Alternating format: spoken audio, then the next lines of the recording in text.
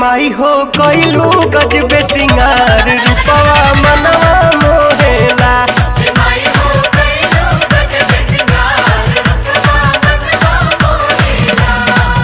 चमकेला चंद्र बदनिया लागेलो मई दुलहिनिया लीलरा पबिंदिया सोहेला कि लीलरा पबिंदिया सोहेला।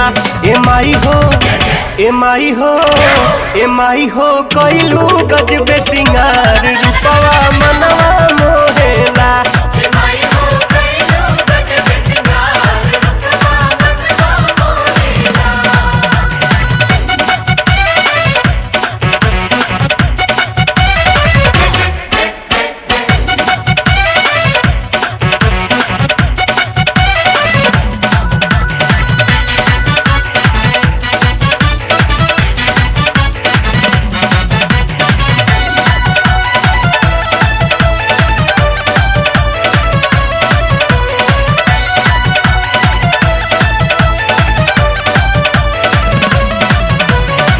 चमकेला कान में कुंडल चमकेला चम चम टीका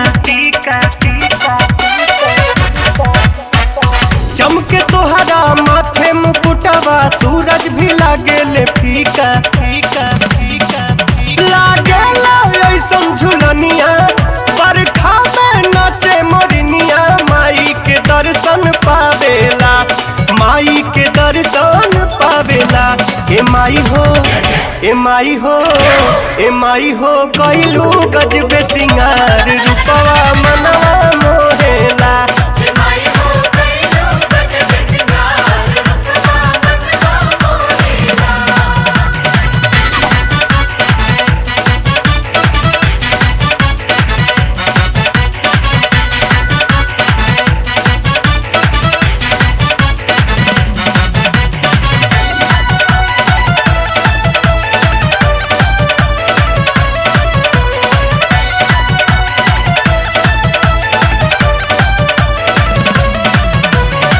साड़ी के अचरा में मैया जड़ल बहिरा मोती तीनों लोग या दसों दिशा में चमकेला एकर ज्योति फूल बेली चमेली गम के बगिया में कोयल चह के पवन पुरवैया बहेला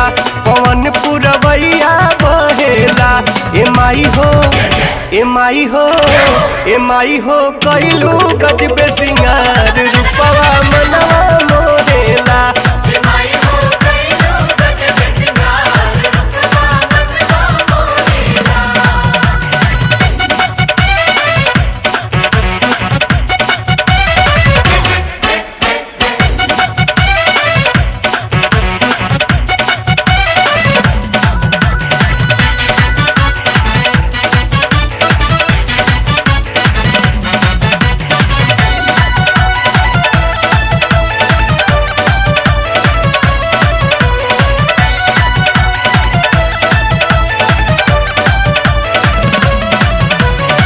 दसों हाथ में अस्त्र शस्त्र बा खन के खन खन कंगना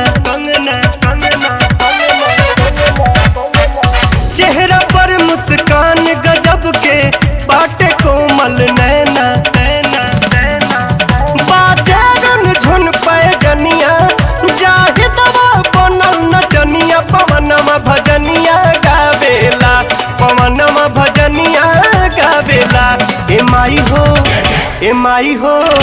ए माई हो कइलू गजबे